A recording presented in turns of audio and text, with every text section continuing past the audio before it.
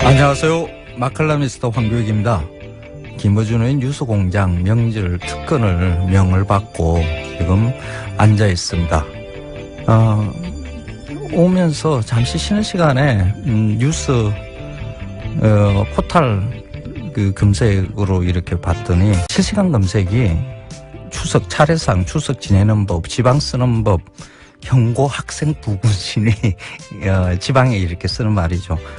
그게 검색어 상단에 쭉 있습니다. 추석이면 아침에 차례상 차리고 차례를 지내는 것이 가장 전통을 잘 지키는 일처럼 이렇게 되어 있지만은 사실 이런 게 중요하지는 않죠. 저는 오늘 추석 차례상 안 차렸습니다. 몇 년 동안 굳이 유교식의 차례상을 차리고 해야 되는가? 유교를 믿는 유학자도 아니고요. 그래서 없앴습니다. 이런 형식이 중요한 게 아니라 조상을 기리는 이런 날이라 그러면 이 마음이 중요하거든요. 어떤 음식을 차려놓고 할 것인가?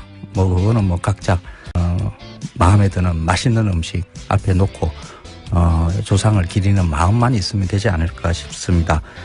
김어준의 뉴스공장 명절 특근은 대표적인 화제 인터뷰를 다시 보내드리고 있습니다. 오늘은 두 번째 순서로 뉴스공장을 찾은 명사 인터뷰를 준비했습니다. 김어준 뉴스공장 인터뷰 이후 조계종으로부터 성적 박탈이라는 아주 중한 징계를 받은 명진 스님이 지난 8월 단식을 시작했는데요. 명진 스님은 무려 18일 동안이나 곡기를 끊으시고 단식을 이어갔습니다. 그때 당시 명진 스님이 간절히 바라던 것이 무엇이었는지 지금도 그 마음이 어떻게 지금 있는 건지 그때 당시의 이야기를 한번 들어보시기 바랍니다.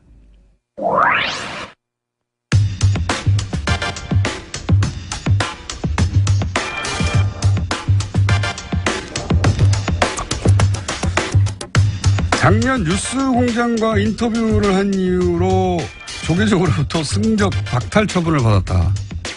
네, 그런 분이 계십니다. 명진 스님, 지금 무기한 단식 중이시죠? 네. 전화로 만나보겠습니다. 안녕하세요, 스님. 안녕하지 못합니다. 지금 단식을 지금 며칠째 하고 계십니까? 오늘 11일째예요. 11일째. 목소리가 완전 네. 생생하신데 11일. 다 도력이죠. 도력?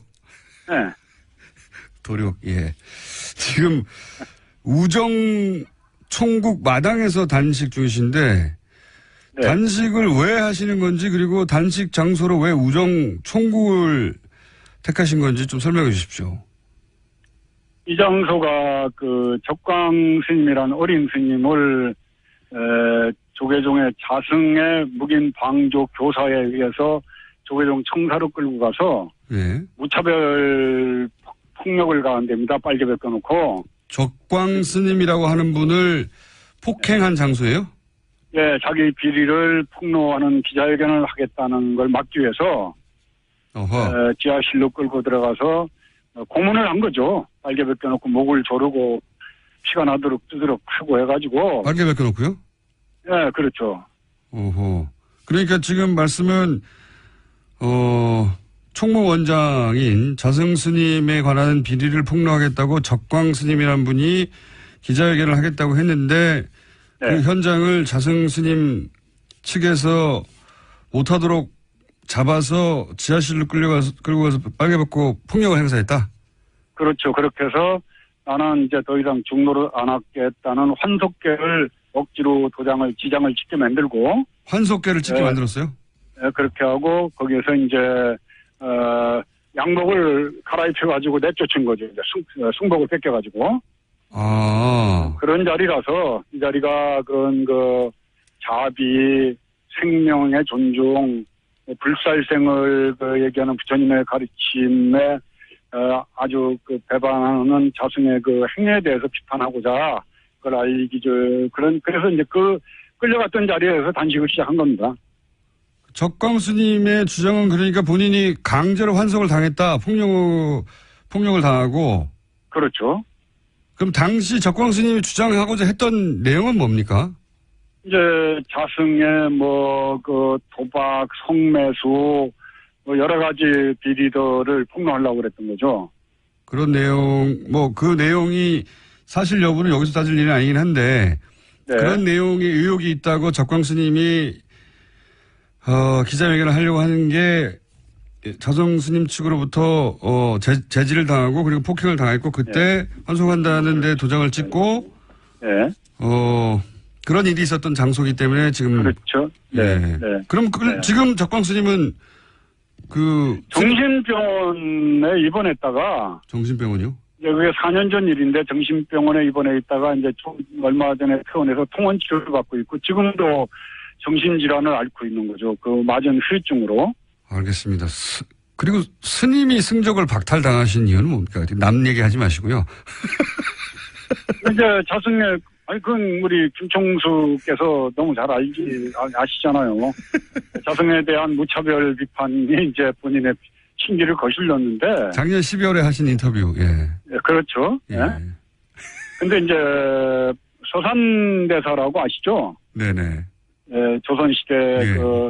승병장을 끌고 구국에 앞장섰던 아주 참 저희 조계 중에서는 훌륭한 위대한 스님인데 그 스님이 쓴 성가구감이라는 책에 보면은 말세 비구 가운데 부처를 팔아 온갖 나쁜 업을 짓는 무리가 있으며 이와 같은 무리들은 인과를 믿지 않을 뿐만 아니라 죄와 그 죄에 대한 부끄러움도 없다라고 말씀하셨어요. 네. 그러시면서 중도 아니고 속인도 아닌 놈이 박지중이라고 안다 그런 놈을. 박지중. 혀를 가지고도 설법 못하는 이를 벙어리 염소중이라 하였으며 승려의 모양에 속인의 마음을 쓰는 이를 머리 깎은 거사. 지은 죄가 무거워서 꼼짝할 수 없는 이를 지옥 찌꺼기. 부처를 팔아서 살아가는 이를 가사 입은 도둑놈이라고 그런다. 이게 이제 지금 말법 시대 자승과 자승 일당 그 무리들을 칭하는 말이라고 저는 생각을 하죠. 예. 그런 말을 듣고 어떻게 가만히 있습니까? 네. 저희가. 그래도 이게 제적은 좀 심했죠. 네. 자, 그러면은 지금 단식 투쟁을 하시는 이유는 특별히 그 장소를 택해서 하시는 이유는 이제 적광스님에 대해서 진실을 밝혀야 한다는 것과 그리고 본인에 대한 승적 박탈 처분이 부당하다는 것을 지금 말씀하시는 거죠. 또 제가 이명박 시대 강남 한복판에서 보문사. 이명박 정권에 대해서 날선 비판을 했지 않습니까? 네네네. 근데 그때 저를 사찰을 했겠어요, 안 했겠어요? 했겠습니다. 안 했으면은 원세훈이 직무유기를 한 거라고 생각을 합니다. 근데 예. 사찰을 한 내용이 아마 일정한 부분은 확인이 된 걸로 알고 있습니다. 국정원 적폐청산 TF에서 이제 보훈사 퇴출에 국정원이 개입을 했다. 네. 자세한 내용은 아니지만은, 네. 저를 사찰했다는 그런 근거들이, 정황들이 있는 걸로 저는 얘기를 들었어요. 제가 아는 바로는 MB 정권의 고인사, 언론사 간부 등의 증언에 따르면은 네. 국정원이 보훈사에서 스님을 퇴출시키기 위해서 전단팀을 운영했고, 그리고 정기적으로 보고서를 작성했다. 이런 일들이 추정되고 있다. 이런 이야기가 좀 나오고 있습니다. 예. 예. 그러니까 그걸 빨리 좀 조사를 해달라고 촉구하는 것도 그 의미에 지금 단식의 의미에 많이 들어가 있는 거죠.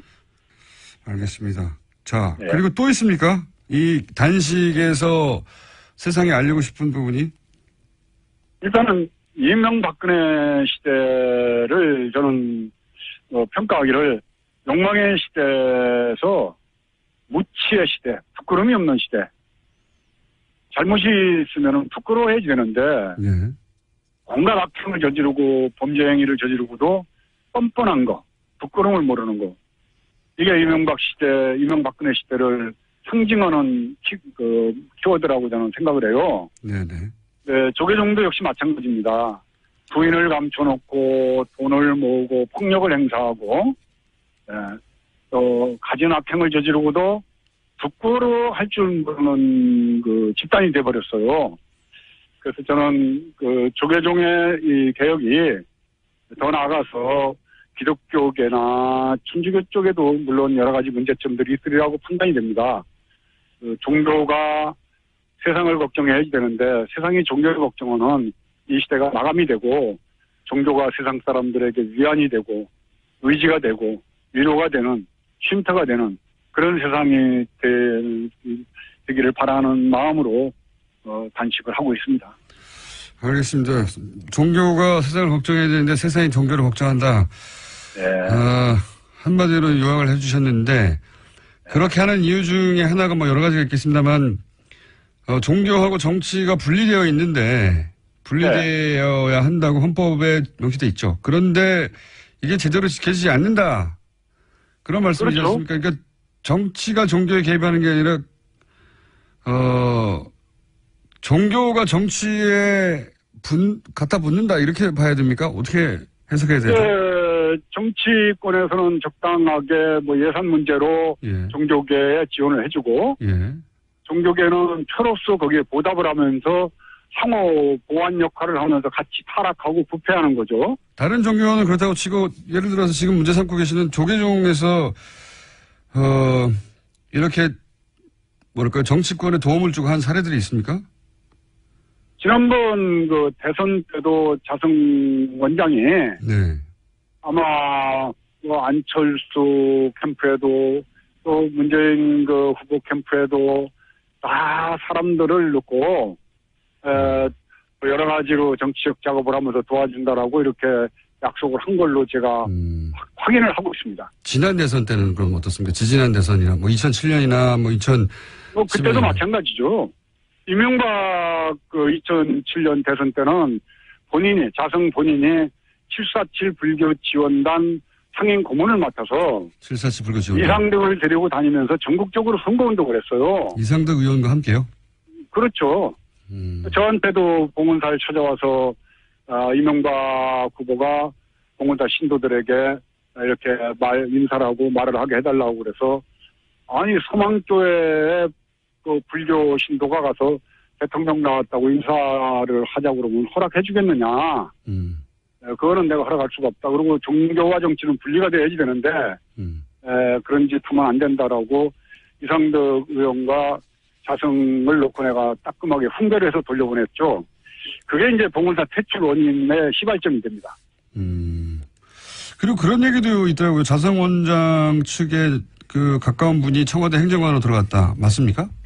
네, 그런 걸 통해서 뭐 행정관, 문화관광부의 종무관, 국립공원관리공단의 감사, 에너지공단의 또 감사, 뭐 곳곳에 틈만 남은 자기 사람을 갖다 심는 것도 확인을 했습니다. 그랬었군요.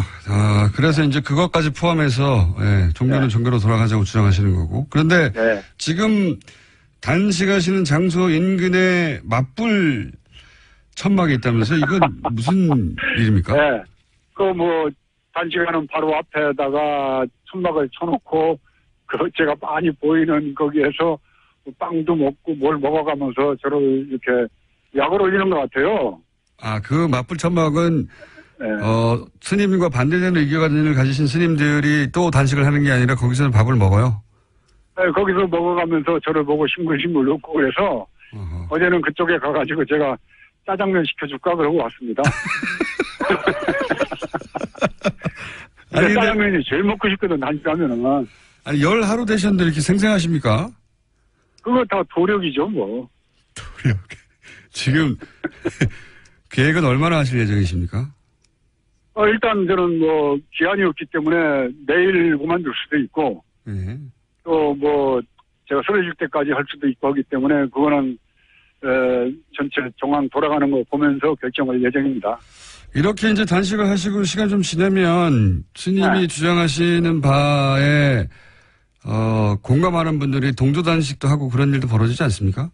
네, 효림 스님이라고 사회활동도 열심히 하셨던 분이 지금 옆에서 4일째 오늘 단식을 하고 있고, 이제 전국 선언내 스님들도 움직이고 있기 때문에 굉장히 낙관적으로 보고 있습니다. 알겠습니다. 지금 우정 총국 마당에서 단식 중이신 명진 스님과 인터뷰하고 있는데 저희가 오늘은 시간 여기까지 해야 될 것 같은데 앞으로 또 변화가 있거나 또 새로운 상황이 생기면 다시 연결하겠습니다만은 오늘 이 인터뷰 마지막에 혹시 청취자분들에게 혹은 불자분들에게 하실 말씀 있으신지? 단식을 해보니까 짜장면이 그렇게 먹고 싶어요. 그래서 우리 김총수가 단식 끝나고 나면 짜장면 꼭대기로 한 걸 사주십시오.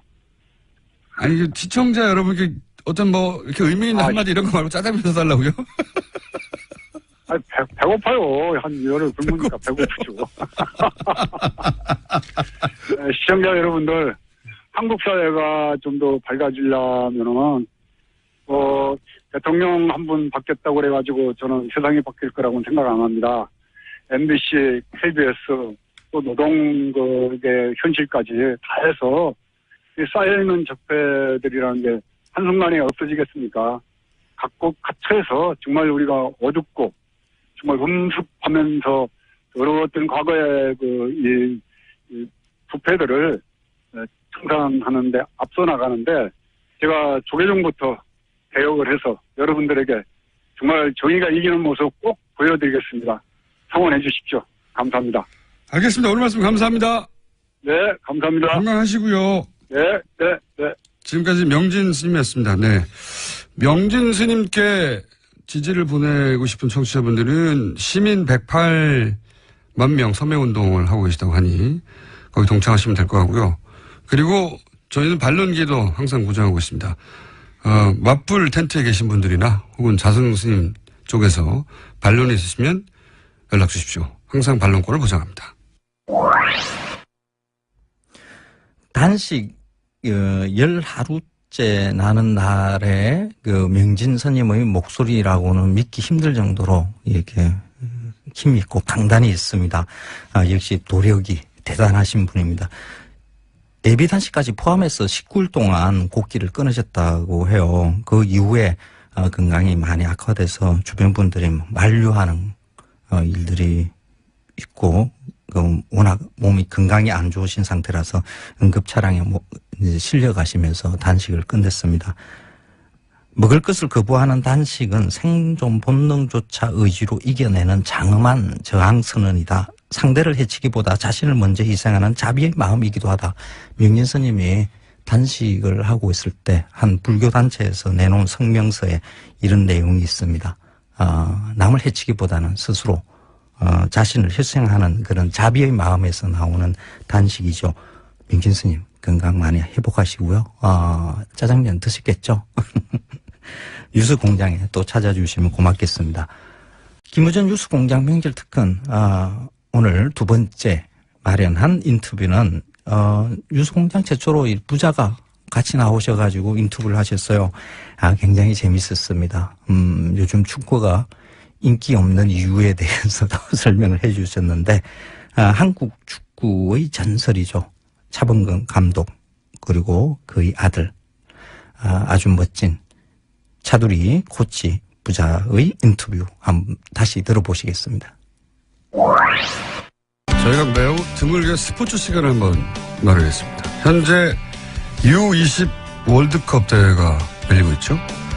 개막전에서 우리나라가 기니를 상대로 3대0으로 이겼습니다. 해서 월드컵 조직위 부위원장 이분입니다. 차범근 감독님 오셨습니다. 안녕하세요. 안녕하세요. 반갑습니다. 네. 저희 작가들이 난리가 났습니다. 다들 팬이거든요. 네. 저도 팬이고. 혹시 저희 뉴스공장을 평소에 들으십니까? 그래서 집사람은 뭐 아주 즐겨 듣고요. 예. 저는 이제 가끔 옆에서 동냥하죠. 가끔, 예. 사모님은 항상 들으시고. 네. 네. 혹시 오늘 방송도 사모님이 꼭 나가라고 하셨나요? 뭐 그렇다고 볼 수 있죠. 제가 이제 다른 분들은 잘 모르실 수 있는데 제가 2000년에 감독님이 중국으로 쫓겨나셨잖아요, 그때. 그랬었죠. 왜 아픈 얘기를 지금 꺼내나요? 그때 온라인 오프라인 매체 통틀어서 제가 거의 유일하게 차범근 감독을 이렇게 대접하면 안 된다고 제가 아주 절규를 했었어요. 기억나십니까? 그래서 차범근을 아예 죽이라고 얘기했다고. 이렇게 대접할 거면 사형을 시키라고 차라리. 그렇죠. 예. 아내를 통해서 들었습니다. 역시 사모님을 통해서. 그때 제가 유일하게 거의 옹호하고 변하고 했었는데 그걸 아신다면은 그 보답을 하신 적이 없기 때문에 앞으로 축구 얘기 나오시면 항상 뉴스공장에 나와주십시오. 그래서 오늘 여기 집에서 강추를 한 것 같은데요. 강추. 강추. 자, 그러면 이제 본론으로 들어가서 U20 부위원장은 무슨 일을 하는 자리입니까? 글쎄 뭐 대회를 알리고 이제 홍보하는 그런 역할이 홍보가 잘 홍보하시는 건 못 제 봤는데요. 역할인데요. 예. 이 참 공교롭게도 이 지금 FIFA U20 월드컵 대회가 굉장히 큰 대회인데 예. 대회 전에는 최순실 사건으로 계속 가려가지고 예선전 때. 네. 그래서 이제 굉장히 많이 걱정을 했는데 그래서 이제 기대를 좀 했어요. 우리 이제 뭐 대통령 선거가 맞춰지면 이제 좀 홍보가 좀 잘 되겠다. 그리고 기대를 했는데 이 지금 대통령 선거를 맞추고 나니까 지금 문재인 대통령이 너무 떠가지고 이게 지금 대회가 계속 가려지고 있습니다. 이게 지금 뭐 우리 한국 경기 빼고 나머지 10,000명도 지금 안 오는데 뭐 뉴스공장이 죄송합니다. 지금 이 방송이 뭐 인기가 되게 좀 많다고 여기를 그냥 부득부득 한번 나가서 홍보를 좀 하라 그래서 오늘 그래서 좀 나왔습니다 제가. 아니 그 TV로 보니까 우리나라 경기는 꽉꽉 찼던데 다른 경기는 아직 안 찼습니다. 그렇죠. 한국 경기는 뭐 굉장히 많이 왔는데 어제 수원 뭐 일본 경기도 남아공하고 일본하고 했죠. 경기 상당히 재밌고 좋았거든요. 많이 안 왔어요. 지상파가 중계를 안 하더라고요. 케이블에서만 하더라고요. 그러게 말이에요. 이게 다 문재인 대통령 때문입니까? 글쎄 뭐 아주 영향이 없지는 않다고 생각할 수 있겠죠. 그래서 홍보를 맡으셨기 때문에 그 책임을 지고 홍보를 하러 나오신 거죠. 그렇죠. 그래서 저희가. 그래서 우리 좀 관심도 좀 많이 가져주시고 사실 많은 사람들이 사실 저도 팬들의 그런 관심과 사랑 속에 크지 않았습니까? 청소년 대회를 거쳐서. 그리고 또 얼마나 많은 사람들에게 또 기쁨을 주고 희망을 줬습니까? 우리 청소년들을 지금 그렇게 응원을 해 주시면 우리 팬들한테 돌아가는 게 많이 있다고 생각이 됩니다. 알겠습니다. 이 U20 대회가 시작된 줄 모르시는 분들도 있을 텐데 재밌습니다, 경기가. 정말 재밌습니다. 이게 수준이 굉장히 높아졌어요, 예전보다. 이 첫 경기 기니하고 3대0으로 이겼잖아요. 어떻게 보셨어요, 우리 팀의 수준을? 글쎄, 생각했던 것보다 기니가 굉장히 능력 있고 잘하더라고요. 초반에 상당히 경기 진행이 좀 어려웠었는데, 그런 신태용 감독이 팀을 맡아서 그 짧은 시간이지만 굉장히 많은 변화를 일으켰고 첫 경기 어쨌든 우리 이승우 선수가 기대했던 대로 첫 골을 열면서 뭐 마지막 이제 3대0으로 이겼는데 아주 시작을 굉장히 잘해줬다고 생각이 되고 이런 자신감이 앞으로 레이스에 많은 그 영향을 주지 않겠나 저는 그렇게 봅니다. 그렇군요. 이 대회 해방군이 대통령이라고 하셨는데 이승우, 백승호 주목받는 선수들이잖아요. 어떻게 평가하세요? 그렇죠. 이승우, 백승호 선수는 사실 우리 축구상 출신들인데. 그래요? 그렇죠. 차범근 축구교실 출신입니까? 축구상을 받았던. 축구상을 받았던. 차범근 축구상을 받았던. 미리 알아보고 감독님 주셨군요. 뭐 그 위에 황희찬 선수도 지금 잘하고 있고. 이승우 선수는 사실 저하고는 좀 다른 스타일인데. 그렇죠. 상당히 좀 뭐랄까 예측하기 어려운 그런 선수예요. 우리나라 기대감을 한껏 불러일으키는 그런 선수죠. 우리나라 축구 스타일하고 좀 다른. 그렇죠. 네. 네. 그렇군요. 뭐 이렇게 좀 우리 대충 이렇게 예상을 볼 수 있지 않습니까? 보통 선수들의 경우는. 근데 이 선수는 하도 톡톡 튀니까 뭐가 일어날지 뭔가 이렇게 왠지 기대감이 일어나는. 실제 뛰어다니는 장면이나 드리블 하는 걸 봐도 예상과 다르게 합니까? 그렇죠. 전문가가 이렇게 할 거라고 생각을 하는데 전혀 예측하지 않은 그런 행동을 하고 그런 골이 나오고 그런 플레이가 나오니까 상대 수비를 한 번에 허물어뜨릴 수 있고 그건 뭐 이제 대스타들이 이제 할 수 있는 건데 그런 가능성이 많이 있다 저는 그렇게 봅니다. 백승호 선수는 둘 다 이제 바르셀로나 출신. 백승호 선수는 이제 초등학교 때는 좀 적었거든요. 예. 지금 짧은 시간 동안에 굉장히 키가 컸어요. 예. 하다 보니까 좀 이제 신체 리듬이 조금 깨지긴 했지만 굉장히 많이 회복을 하고 있고 감각적으로 굉장히 뛰어난 선수죠.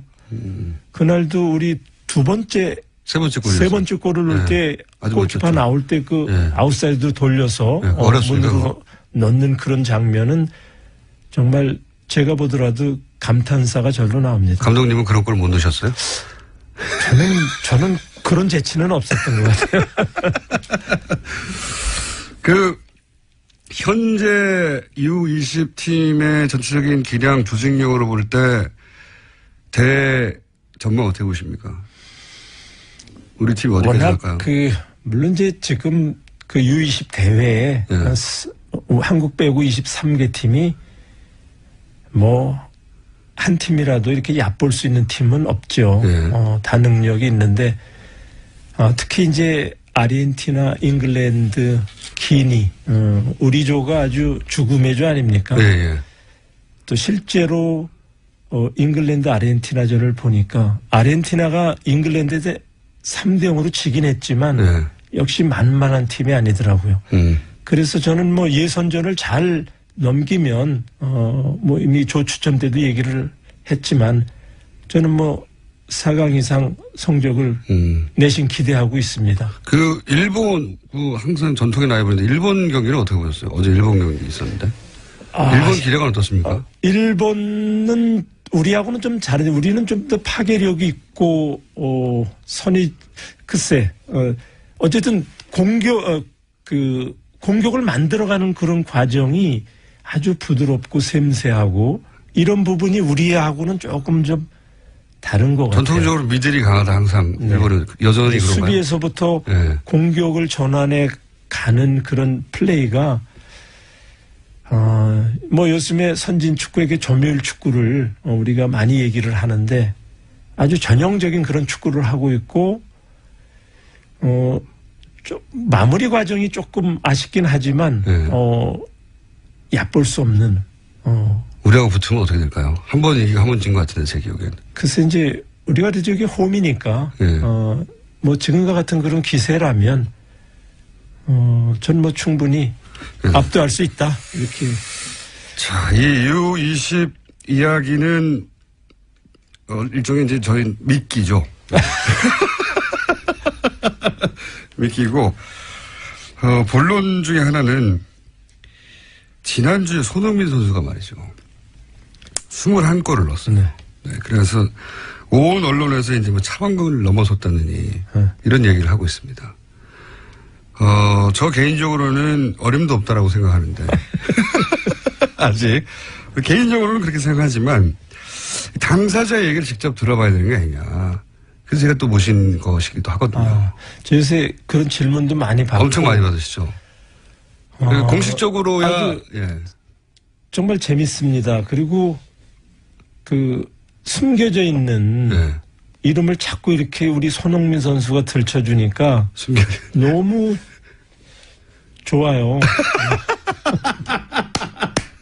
손흥민 덕분에 차범근 이름이 계속 나오기 때문에 계속. 그래서 앞으로 우리 손흥민 선수가 그 숨겨진 그런 것들을 굉장히 많이 찾아줄 것 같은 기대감이 있습니다.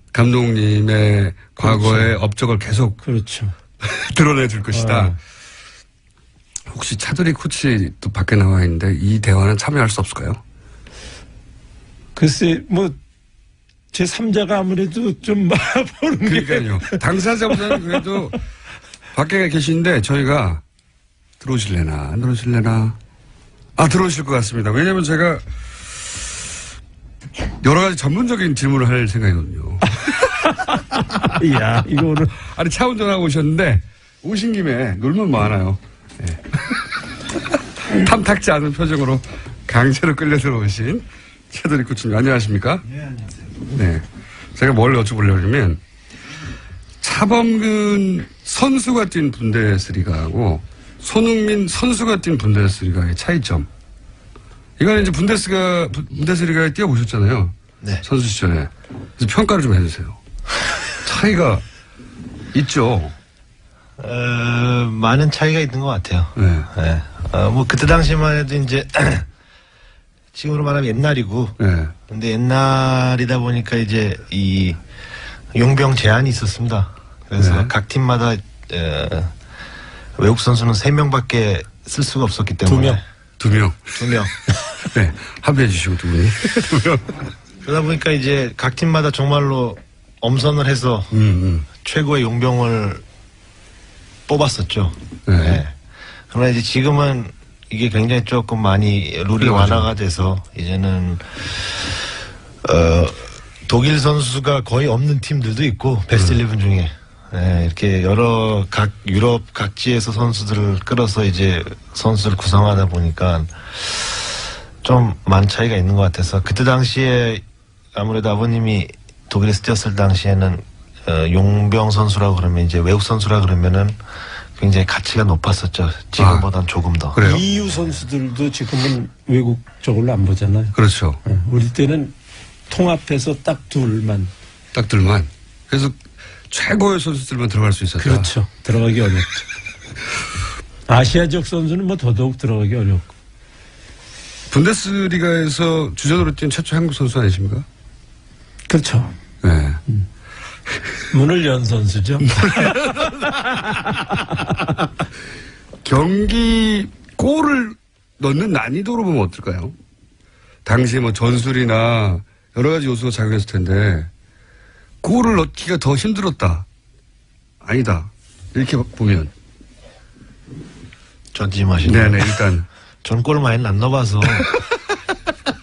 이거 어떻게 하면은, 이제 지금 이야기하는 두 선수는 저와는 굉장히 거리가 멀고, 이렇게 다른 세상 선수들이기 때문에, 흥민이가 1년 동안 넣었던 골이 제가 독일에서 10년 통산 넣었던 골보다 더 많으니까. 그러나, 굉장히 아버님 때보다는 템포가 빨라졌죠. 거칠어지고 축구가 굉장히 피지컬도 더 선수들이 강해졌기 때문에 어느 시대가 더 어려웠다라고 말하기는 힘들지만 지금 분명한 거는 아버님이 그때 당시에는 굉장히 아시아인으로서 어마어마한 일을 해냈던 거고 지금 손흥민 선수도 똑같이 아시아 선수로서 또 세계 탑 리그에 가서 탑 선수들과 경쟁을 하면서 사실 주말마다 경기장에 나가는 것 자체가 토트넘에서는 굉장히 쉬운 일이 아닌데 그 선수들 사이에서 거기서 주전으로서 계속해서 선발로 나와서 경기 나오는 것도 대단한데 이제 그것도 넘어서서 이제 골까지 이렇게 많이 넣어주는 거는 정말 저희 대한민국 사람들은 굉장히 자랑스럽게 생각해야 될 거라고 생각합니다.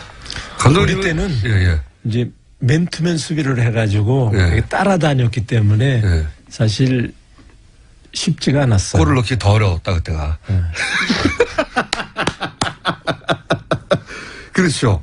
따라다녔거든요. 태클도 더 심했죠 그때가. 그래가지고 하도 나를 잡아뜨려가지고 이제 슈투트가르트하고 경기를 하는데 그 슈투트가르트의 센터업이 카라인드 페어스터라고 국가대표 독일 국가대표 맨투맨 수비수거든요. 나를 한 10번 정도 잡아뜨리더라고요. 한 경기에서? 네. 그래서 태클 한 번 딱 했더니 옐로 카드를 나한테만 내밀더라고요. 상대가 하는 거는 옐로 카드를 안 주고요. 그게 10년 동안에 제가 딱 옐로 카드 하나 받은 게 바로 그때 사건입니다. 10번 당하고 화가 나가지고 한 번 했는데. 그러니까 심판 판정에 있어서도 눈에 보이지 않는 불리함이 있었다. 그리고 독일 국가대표하고는 아무래도 우리하고는 좀 그런 어딘지 모르게 그런 게 좀 있죠. 있었죠. 그리고 이제 맨투맨이었기 때문에 그때는 힘들었죠. 훨씬 더 골을 넣기가 힘들었다. 그렇죠. 공격수들이. 네. 그렇기 때문에 감독님의 골이 훨씬 더 가치가 순도가 높은 거죠. 아니 그렇게 얘기할 수는 없고. 아니 골 수도 비교해 보니까 그때보다 요즘 골이 더 많이 들어가더라고요. 일단 이제 뭐 그 부분 좀 저도 이제 제 아버지이기 때문에 예. 조금 한 가지 얘기를 하자면 이제 본래 유럽은 이렇게 여러 가지 대회가 있잖아요. FA컵도 예. 있고 리그 경기도 있고 챔피언스 그렇죠. 리그가 있기 때문에 여기서는 가장 먼저 치는 게 이제 리그에서 넣은 골이 가장 중요하게 쳐요. 예. 그래서 지금 왜냐하면 사실 FA컵 같은 경우는 그렇죠. 1회전에서 약한 팀을 만나기 때문에 그렇죠. 아주 약한 몰아넣기가 가능하거든요. 아마추어도 있고. 그렇죠. 그래서 이제 사실 FA컵 이제 지금 챔피언스가 커졌기 때문에 뭐 좀 또 저게 있기 때문에 리그 경기에서 넣은 골이 사실 그 공격수의 가치를 가장 그렇죠. 많이 증명을 하거든요. 근데 그 부분에 있어서는 아직까지는 안 깨진 거죠. 아버님이 앞서 있기 때문에 야, 우리 아들이 나를 대변해. 흥민이가 그걸 또 동기부여 삼아서 그 기록마저도 깨서 아버님이 자꾸 좀 이름이 올라가고 다시 어린 친구들한테 초등학생들한테도 차범근이라는 사람이 어떤 사람인가 자꾸 좀 알려줬으면 좋겠어요. 이건 어떻습니까? 당시 분데스리가가 세계 최고의 리그였다라는 말들을 지금은 하잖아요. 사실인가요? 그렇죠. 그때 우리가 우에파 4강전에 다 독일 팀이었어요. 네 팀이 다. 지금으로 치면 챔피언스 간접적으로, 그렇죠. 간접적으로 얘기하면 이제 그거를 통해서 우리가 알 수 있죠. 4강이 다 독일 팀이었군요. 네. 세계 최고의 리그 맞아요. 그렇군요. 거기서 리그에서는 골을 아직 손흥민 선수가 깨지 못하고 있다. 그러나 뭐 조만간에 깨질 거예요. 왜냐면 나는 26살이라서 한 36살까지 공격수로는 내가 한 6년 반 정도 뛰었고 나머지 이제 수비 쪽으로 내려와서 넣은 거니까 이제 지금 손흥민 선수가 19살에 가서 지금 26? 지금 뭐 한참 좋을 때니까 충분히 넘어갈 수 있죠. 계속만 뛴다면. 골을 넣을 때마다 한편으로 그런 생각하십니까? 넘어가지 마라. 아니. 그게 섭하게 그런. 만약에 감독님 지금 현재 그러니까 그때의 기량으로 지금 현재 EPL에 가면 어떨까요? 일단 아들의 평가를 듣고 싶습니다. 그때 기량과 그때 스태미나 그때 피지컬로 지금 EPL에 간다. 플레이 스타일은 굉장히 EPL하고 맞는 플레이 스타일이죠. 스페인 쪽보다는 EPL 쪽하고 굉장히 어울리죠. 스피드가 있고 굉장히 파워풀하고 이렇게 돌진해서 나가는 그런 공격수이기 때문에 뭐 흥민이만큼 손흥민 정도는 중간에 이게 끊겨버렸는데요. 계속 이어지는 인터뷰 내용은 팟캐스트나 홈페이지 오시면 들을 수 있습니다. 차범근 선수가 지금 다시 그 젊었을 때의 기량으로 분데스리가 나간다 하더라도 지금 정도의 성적 충분히 올릴 수 있을 거라고 저는 봅니다. 우리는 그때 당시에 차범근 감독의 활약을 눈으로 이렇게 보지 못했거든요. 그냥 뉴스 신문으로만 이렇게 봤는데 어마어마한 선수였죠. 손흥민 선수도 지금 정말 어마어마한 선수고요. 뭐 국정농단 탄핵 대선 뭐 이런 뉴스들 때문에 그 뉴스공장이 축구 얘기나 뭐 야구 뭐 이런 이야기를 하다가 거의 하지를 못했습니다. 김우준 뉴스공장에서도 이런 축구, 야구, 스포츠 뉴스들 이야기들 많이 하는 그러면 좀 좋겠습니다. 고속도로 상황 알아보겠습니다. 한국도로공사 김혜란 리포터입니다. 네, 고속도로 기존의 정체 구간을 중심으로 차량대 속도 크게 떨어져 있습니다. 외곽 쪽으로 총 150km 구간이 정체인데요. 경부고속도로와 서해안고속도로 위로 교통량 몰려 있습니다. 먼저 경부고속도로 부산 쪽으로 서울을 빠져나와서는 죽전부터 정체가 시작됩니다. 신갈분기점까지 어렵고 다시 기흥 동탄에서 오산 부근까지 더디게 지납니다. 충청권으로도 교통량이 꾸준한데요. 안성에서 입장 부근, 천안에서 천안분기점, 다시 목천 부근에서 천안 천안 휴게소까지 총 19km 구간이 밀립니다. 이 밖에 천안 논산간 고속도로 논산 쪽으로는 남천안부터 속도가 안 나는데 차량 터널 통과하는 데까지 10km 구간이 어렵고요. 서해안 고속도로 목포 쪽으로는 금천과 비봉 지나기도 어렵지만 발안에서 서해대교까지 17km 구간에서 교통량 집중되어 있습니다. 고속도로 정보였습니다. 국도 상황 알아보겠습니다. 경기도 교통정보센터 박유미 리포터입니다. 네, 이제 구간 차가 늘기도 하고요. 중부고속도로 주변으로는 짧은 구간이지만 밀리기 시작했습니다. 3번 국도 장원 방면으로 광주 쌍동 나들목을 통과할 때 정체인데 시속 20km 미만의 속도고요. 이천 진암 삼거리와 선읍 삼거리에서는 충주 쪽으로 구간 서행입니다. 이렇다 보니까 17번 국도에서도 용인 지역을 통과할 때 전체적으로 소통량이 많습니다. 평창리와 원삼 사거리, 가재원리까지 모두 진천 쪽으로 차 간격이 좁고요. 서해안 고속도로 옆으로는 39번 국도 당진 쪽의 흐름이 원활합니다. 아산만 방조제를 전후로 아직은 밀리는 곳 없이 수월하게 이동하고 더불어 교차하는 34번 국도, 32번 국도, 삽교천 방조제와 당진 나들목 부근 지나기도 좋은 상태입니다. 경기도 교통정보센터였습니다. 서울 시내 상황입니다. 서울경찰청 곽자연님. 네, 서울시내 추석 당일인 만큼 일찍부터 움직이는 차들이 많습니다. 30분 전보다 차가 많이 늘었습니다. 외곽과 연결되는 길 중에서는 동부간선도로 상계권 정체가 눈에 띕니다. 수락 지하차도와 월계 1교 사이 양방향 이동하는데 20분 정도 걸리고요. 의정부 쪽으로는 월릉교부터 속도가 떨어집니다. 북부간선도로는 묵동 나들목을 중심으로 신내 나들목과 하월곡 쪽으로 각각 속도를 줄이고 있고요. 내부순환로는 성산대교 쪽으로 정릉동 일대 서행이고 성수대교 쪽으로는 이제 연희램프에서 홍지문 터널까지 정체라 이 구간 통과하는 데는 20분 정도 걸리고 있습니다. 김어준 뉴스 공장 명절 특근 도움 주시는 분들 소개해드립니다. 고향 가는 길 안전운전이 최고의 보험입니다. 득케인 손해보험 에듀카. 도착은 빠르게 가는 길은 편하게 U+1 원대비. 귀성길 피곤할 땐 든든한 비락스키로 재충전. 깨끗하고 안전한 에너지로의 전환 한국지역 난방공사. 국민과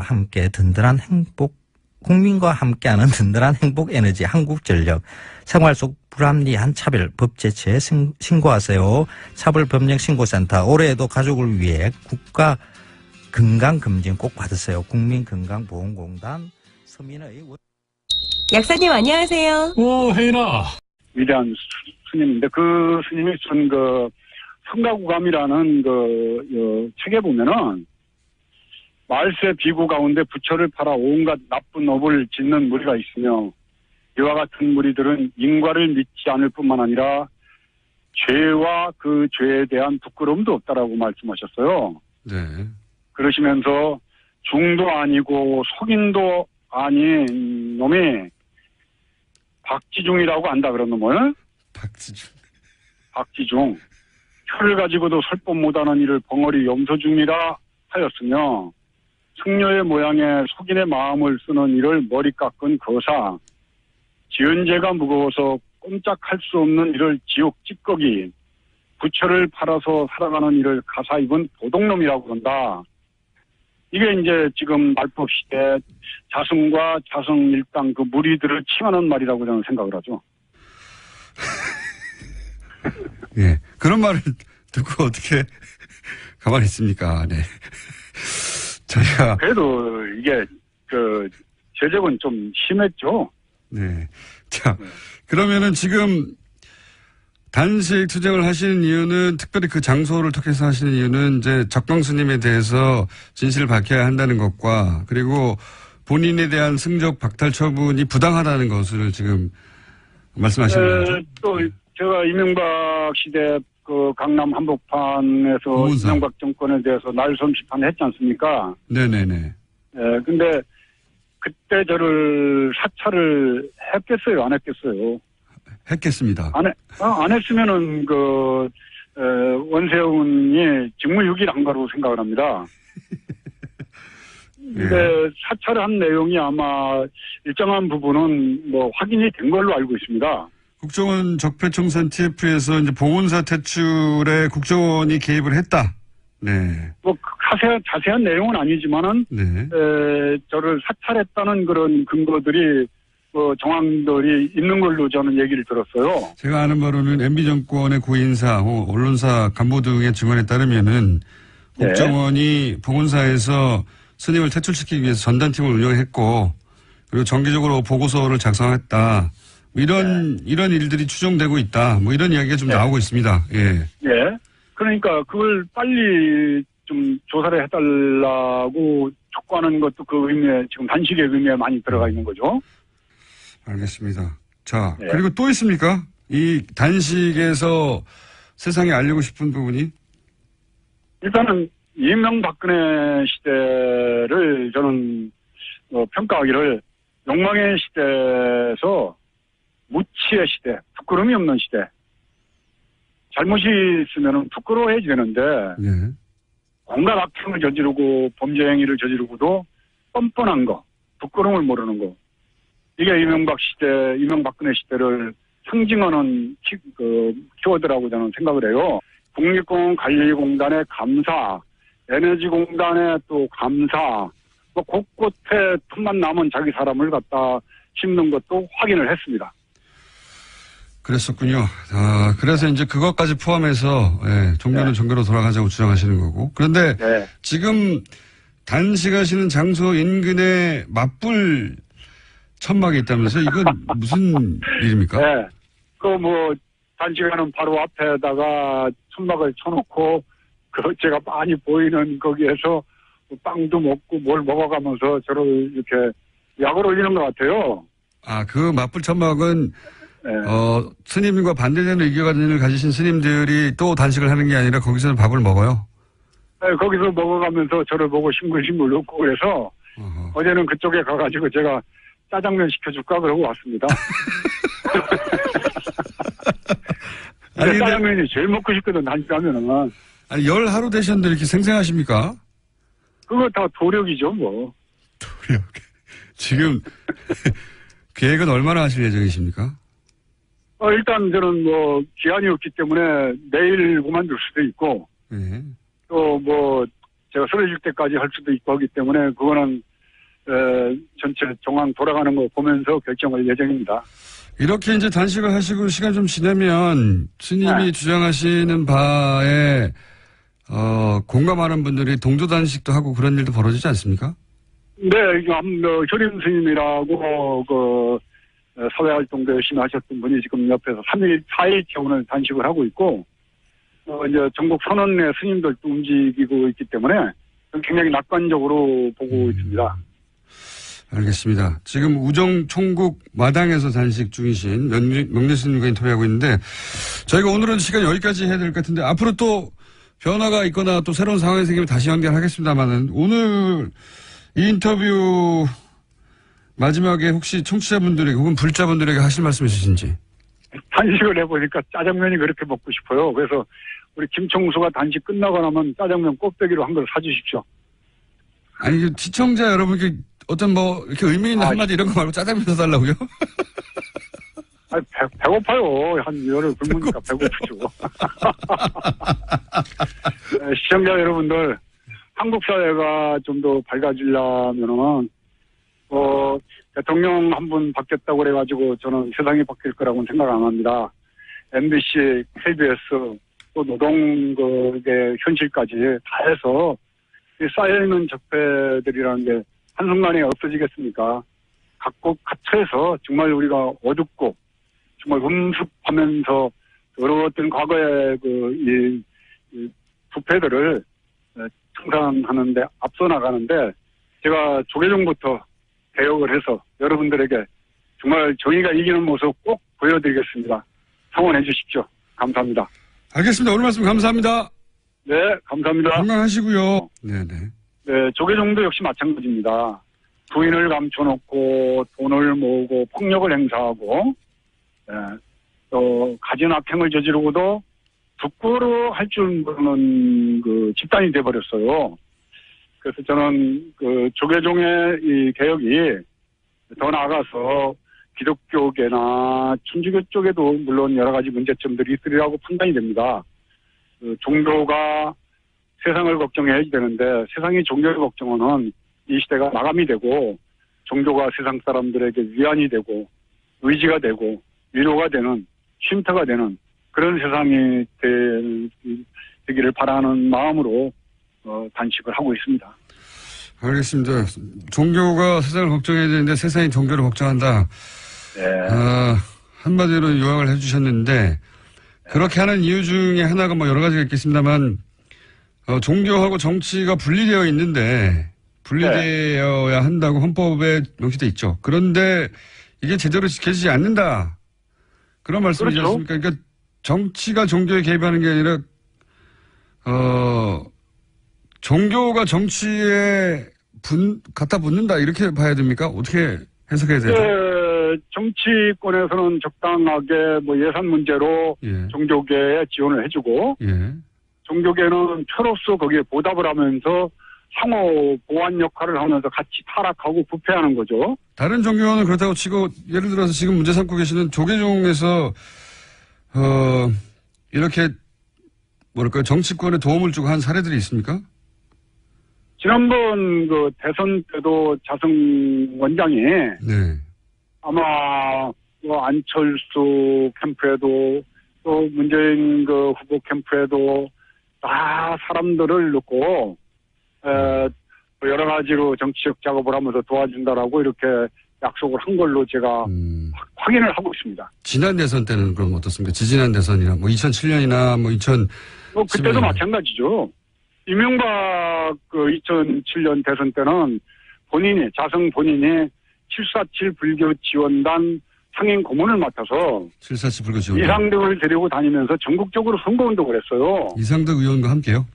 그렇죠. 저한테도 봉은사에 찾아와서 이명박 후보가 봉은사 신도들에게 이렇게 인사를 하고 말을 하게 해달라고 그래서 아니 서망교회에 그 불교 신도가 가서 대통령 나왔다고 인사를 하자고 그러면 허락해 주겠느냐. 그거는 내가 허락할 수가 없다. 그리고 종교와 정치는 분리가 돼야지 되는데 그런 짓 하면 안 된다라고 이상득 의원과 자승을 놓고 내가 따끔하게 훈계를 해서 돌려보냈죠. 그게 이제 봉은사 퇴출 원인의 시발점이 됩니다. 그리고 그런 얘기도 있더라고요. 자승 원장 측에 그 가까운 분이 청와대 행정관으로 들어갔다. 맞습니까? 네, 그런 걸 통해서 뭐 행정관, 문화관광부의 종무관, 이 장소가 그 적광 스님이라는 어린 스님을 조계종의 자승의 묵인 방조 교사에 의해서 조계종 청사로 끌고 가서 무차별 폭력을 가한 데입니다. 빨개 벗겨놓고. 적광 스님이라고 하는 분을 폭행한 장소예요? 예, 자기 비리를 폭로하는 기자회견을 하겠다는 걸 막기 위해서 지하실로 끌고 들어가서 고문을 한 거죠. 빨개 벗겨놓고 목을 조르고 피가 나도록 뜨도록 하고 해가지고. 빨개 벗겨놓고요? 예, 그렇죠.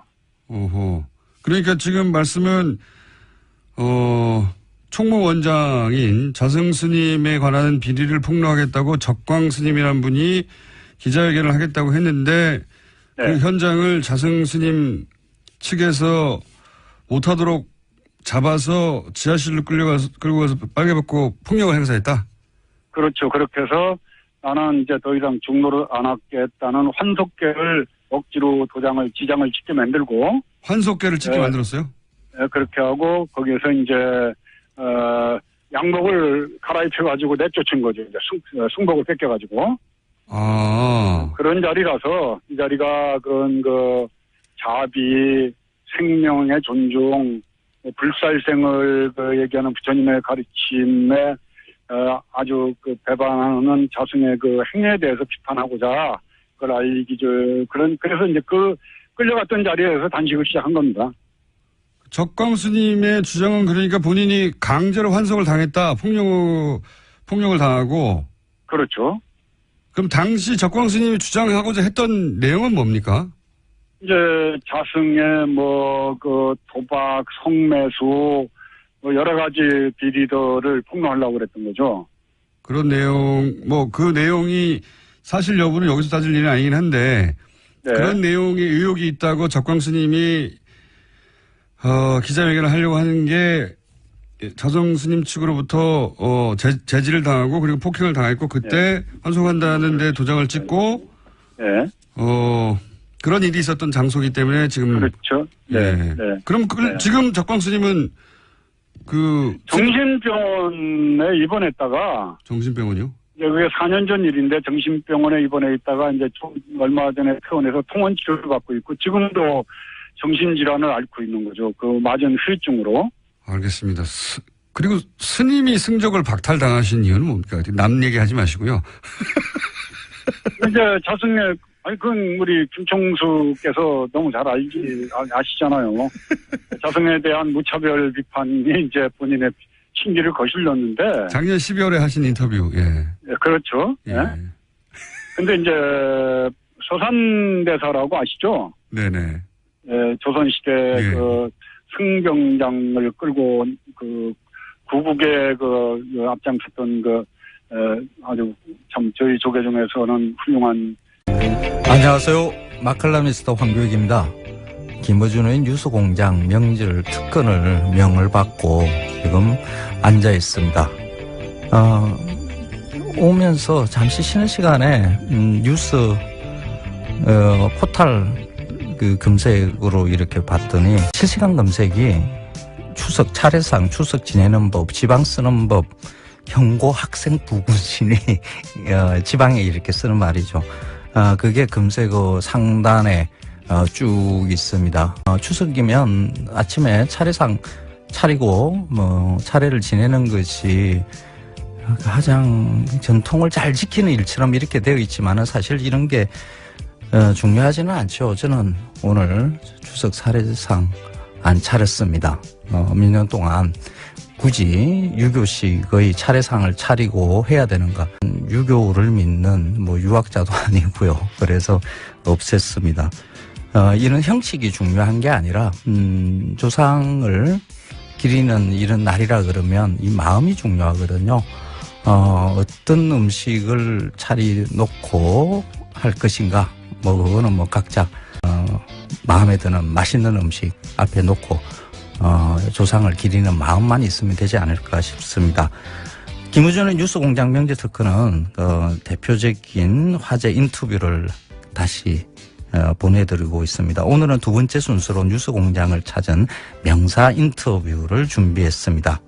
김어준 뉴스공장 인터뷰 이후 조계종으로부터 성적 박탈이라는 아주 중한 징계를 받은 명진 스님이 지난 8월 단식을 시작했는데요.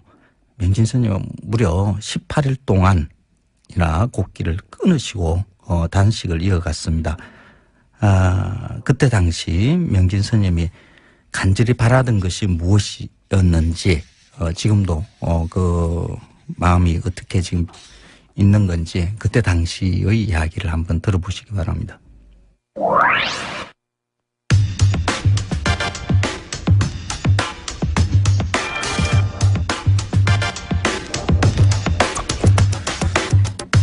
작년 뉴스공장과 인터뷰를 한 이유로 조계종으로부터 승적 박탈 처분을 받았다. 네, 그런 분이 계십니다. 명진 스님, 지금 무기한 단식 중이시죠? 네. 전화로 만나보겠습니다. 안녕하세요, 스님. 안녕하지 못합니다. 지금 단식을 지금 며칠째 하고 계십니까? 오늘 11일째예요. 11일째. 목소리가 완전 생생하신데 11일. 다 도력이죠. 도력? 네. 도력, 예. 지금 우정 총국 마당에서 단식 중이신데 단식을 왜 하시는 건지 그리고 단식 장소로 왜 우정 총국을 택하신 건지 좀 설명해 주십시오.